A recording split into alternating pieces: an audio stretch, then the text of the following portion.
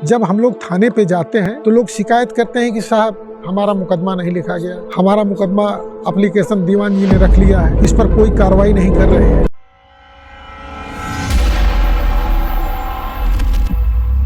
नमस्कार, आज अपने YouTube चैनल पर पुनः आया हूँ एक महत्वपूर्ण विषय में जानकारी देने के लिए। जब हम लोग थाने पे जाते हैं तो लोग शिकायत करते हैं कि साहब हमारा मुकदमा नहीं लिखा गया, हमारा मुकदमा एप्लीकेशन दीवान जी ने रख लिया है, इस पर कोई कार्रवाई नहीं कर रहे हैं। चूँकि आज के ज़माने में प्रार्थना पत्र जैसे आप देते हैं थाने पे, वैसे उच्च अधिकारी या जो डे अफसर होता है आपके प्रार्थना पत्र को व्हाट्सएप करके तुरंत संबंधित दरोगा को भेज देता है, जांच अधिकारी को। वो जांच कर लेता है, यदि घटना सही है तो तत्काल मुकदमा लिखने का आदेश कर देता है। मुकदमा वहीं नहीं लिखा जाता आपका FIR जब आप घटना को बढ़ा चढ़ा कर देते हैं। मान लीजिए आपके साथ मारपीट की घटना हुई है और आप गए कि साहब हमारा मारपीट किए 3-4 लोग थे हमारे पड़ोसी, चूँकि हमारी उनकी दुश्मनी चल रही है, हमारे जेब से 10,000 रुपया ले लिए और हमारा मोबाइल छीन लिए। आपने तो दिखाया कि मारपीट की घटना है, आपकी दुश्मनी है, ज़मीनी विवाद है, और आपने कर दिया लूट की घटना। तो पुलिस उस समय लूट की घटना नहीं लिखेगी, चूँकि धारा बड़ी है, उसमें 10 साल की सज़ा है।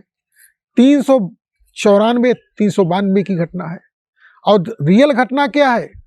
147, 148, 323, 504, 506 लाठी डंडे का इस्तेमाल किया गया है या ईंटा पत्थर का इस्तेमाल किया गया है। वहीं पर पुलिस नहीं लिखती जहां पर आप घटना को बढ़ा चढ़ा देते हैं। पता लगा कि 4 व्यक्ति हैं, उसके 3-4 भाई इलाहाबाद पढ़ रहे हैं या कहीं पढ़ रहे हैं, उनका भी नामजद कर दिया। और जांच से पता लगा कि वो बच्चे थे ही नहीं घटना में। चूँकि इस जब इलेक्ट्रॉनिक ज़माना है, डिजिटल ज़माना है, मोबाइल से तुरंत व्हाट्सएप से आपका प्रार्थना पत्र संबंधित दरोगा के पास चला जाता है। दरोगा जी जांच कर लेते हैं और जांच से बता देते हैं कि इंस्पेक्टर साहब को कि सर जांच से घटना असत्य पाई गई है, केवल मारपीट की घटना है। कभी कभी हम लोग करते क्या, मारपीट को दिखा दिए कि साहब मारपीट किया, हमको कट्टे से फायर किया और मारते मारते लाठी डंडे से हमको चोट लगी, हम बेहोश हो गए। तो ये सब चीज़ हम घटना को बढ़ाने के लिए 307, 308 की घटना बढ़ा दिए, और वास्तविक में घटना है 323, 504, 147, 148 की। तब पुलिस इस टाइप के मुकदमे को नहीं लिखती है। कभी कभी आपका बच्चा गायब हो गया तो पुलिस गुमशुदगी लिखती है, लेकिन पुलिस को 363, 366 का मुकदमा पंजीकृत करना चाहिए। कभी कभी पुलिस करती क्या है, आपकी मोटरसाइकिल छिनैती कर लिए, 3 अपराधी लेके भाग गए मोटरसाइकिल छीन के। पता लगा पुलिस वाले ने दिखा दिया कि हम पेशाब कर रहे थे, तब तक 2 बदमाश आए या 3 बदमाश आए, हमारी मोटरसाइकिल चोरी करके भाग गए।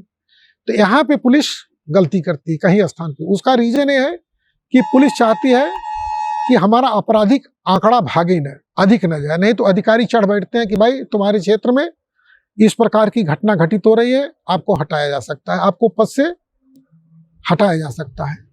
तो अधिकारियों का भी दबाव रहता है और प्लस आंकड़े का दबाव रहता है।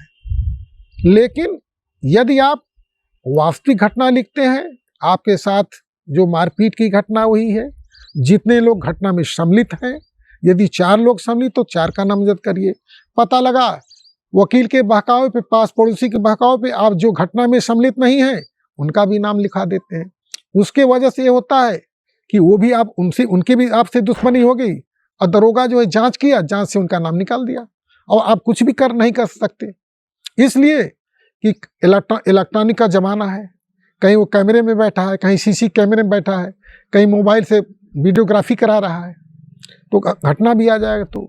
तो हमारा निवेदन ये है कि आप कोशिश करिए घटना का वास्तविक चित्रण करिए, जो रोल घटना में हो वही का नाम लिखाइए। मारपीट है तो मारपीट, नहीं तो कट्टे का इस्तेमाल दिखा रहे हैं, फायर का इस्तेमाल दिखा रहे हैं, तो हम 4-5 बिंदुओं को आपको ध्यान देंगे कि ये सब आपके प्रार्थना पत्र में आना चाहिए। नंबर 1, आवेदक का नाम, आवेदक का पिता का नाम, उम्र, पता, थाना, जिला।